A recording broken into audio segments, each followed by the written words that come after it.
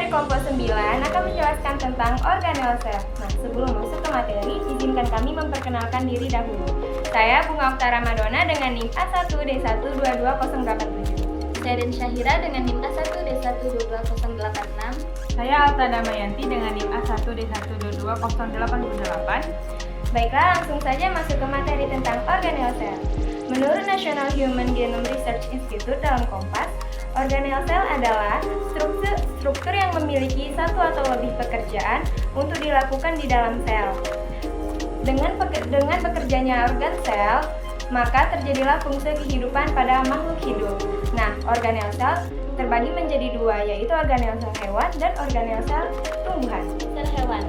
Sel hewan adalah suatu bagian organel terkecil dengan selaput tipis yang di bagian dalamnya terdapat larutan koloid mengandung senyawa kimia. Sel ini memiliki sejumlah keunggulan, salah satunya mampu menduplikasi diri secara mandiri melalui proses pembelahan. Berikut ini beberapa struktur dan fungsi sel hewan yang perlu kita ketahui. Antara lain yaitu yang pertama, membran sel. Merupakan bagian paling luar yang tersusun atas lemak dan protein. Fungsinya yaitu yang pertama melindungi sel, yang kedua menerima rangsangan dari luar, dan yang ketiga mengatur keluar dan masuknya zat. Yang kedua, retikulum endoplasma. Merupakan bagian sel yang berbentuk benang-benang yang ada di inti sel. Retikulum endoplasma terbagi menjadi dua, yaitu retikulum endoplasma halus atau tidak melekat dengan ribosom, dan yang kedua retikulum endoplasma kasar, melekat pada ribosom. Fungsinya yaitu sebagai alat transportasi zat dalam sel sendiri. Yang kedua, sintesa protein. Ketiga, mensintesis lipid dalam sel. Yang keempat, membantu dalam detoksifikasi sel-sel berbahaya pada sel. Ketiga, sitoplasma.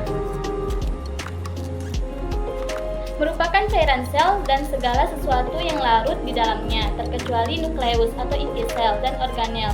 Sitoplasma terdiri atas protein, material, dan air. Fungsinya yaitu 1. Sumber bahan kimia sel. Yang kedua, tempat berlangsungnya metabolisme sel. Keempat, mitokondria.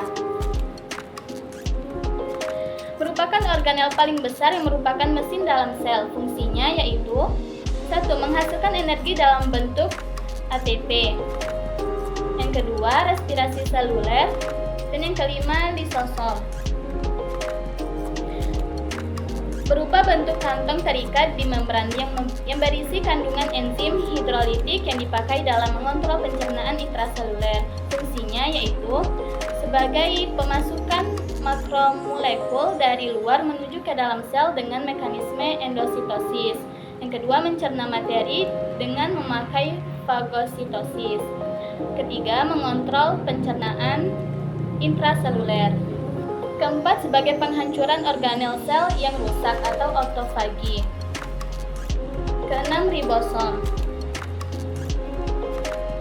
Merupakan organel sel yang padat dan kecil dengan diameter 20 nanometer yang terdiri atas 65% RNA, ribosom, dan 35% protein ribosom atau RNP. Fungsinya yaitu sebagai tempat berlangsungnya sintesis protein. 7. Badan Golgi. Merupakan organel yang dikaitkan dengan fungsi ekspresi sel. Badan Golgi dapat ditemukan di semua sel eukariotik dan terdapat pada fungsi ekspresi. Fungsinya membentuk vesikula atau kantung untuk ekskresi. Yang kedua, membentuk membran plasma. Yang ketiga, membentuk lisosom. Keempat, memproses protein. 8. Nukleus. Merupakan inti sel yang mengatur dan mengendalikan aktivitas sel, baik itu metabolisme maupun kepembelahan sel. Fungsinya 1. Tempat terjadinya replikasi. 2. Untuk menjaga integritas gen-gen. 3. Mengontrol aktivitas sel dengan mengelola ekspresi gen. Yang keempat, mengendalikan proses metabolisme dalam sel. Dan yang kelima, menyimpan informasi genetik. 9. Nukleolus. Merupakan daerah yang terdapat di dalam inti sel atau nukleus yang bertanggung jawab pada pembentukan protein menggunakan RNA. Fungsinya bertanggung jawab dalam pembentukan protein. 10. Vakuola.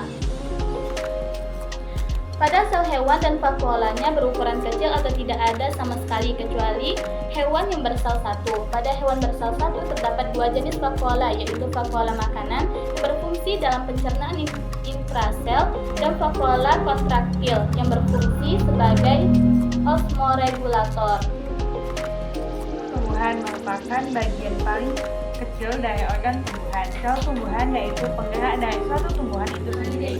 Sel tumbuhan berbeda dengan sel organisme eukariotik lainnya.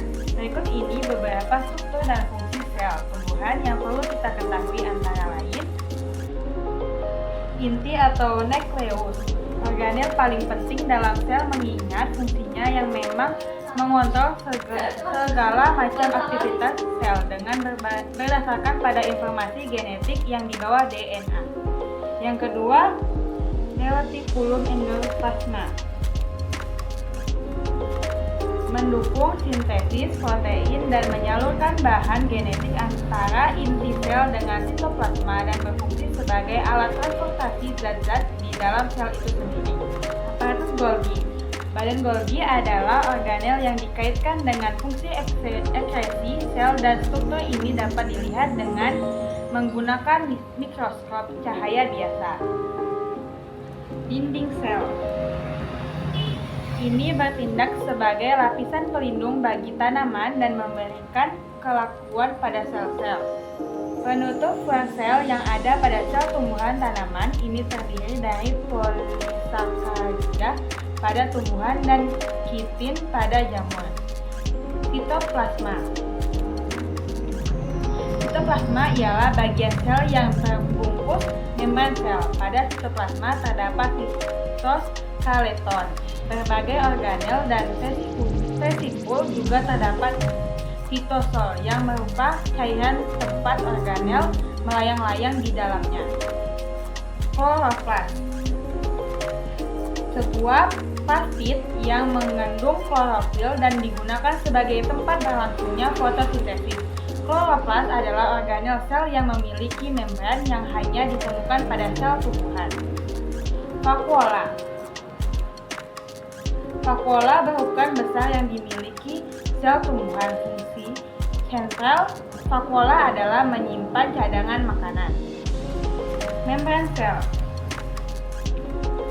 Membran sel adalah lapisan paling luar sel yang berperan penting dalam tubuh makhluk hidup. Lapisan tersebut dikenal juga sebagai membran plasma.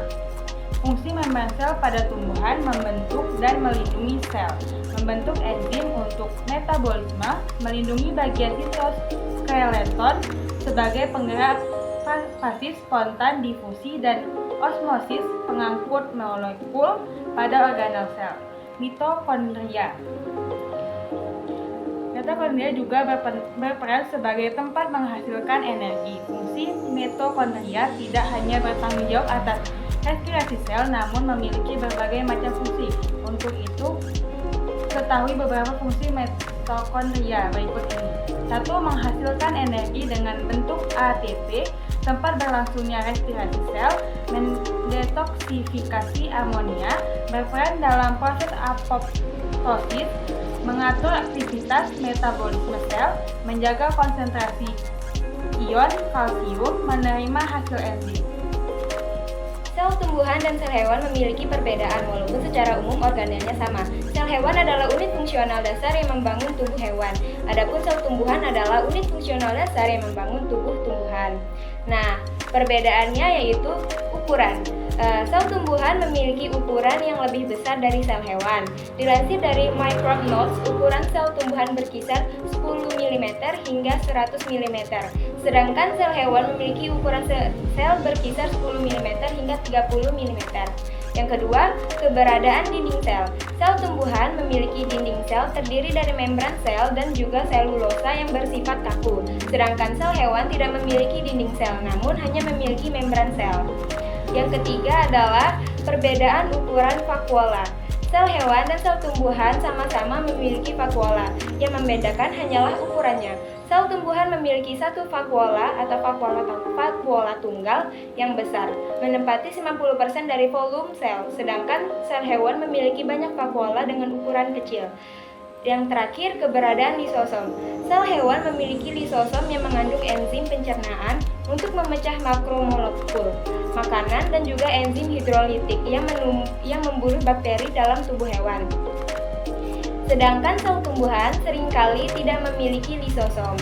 Hal ini dikarenakan pemecahan degradasi molekulnya sudah ditangani oleh badan Golgi. Itu tadi penjelasan tentang organel sel tumbuhan dan organel sel hewan. Sudah di situ saja, sampai situ saja materi yang dapat kami sampaikan. Kami tutup. Wabillahi taufiq wal hidayah. Wassalamualaikum warahmatullahi wabarakatuh.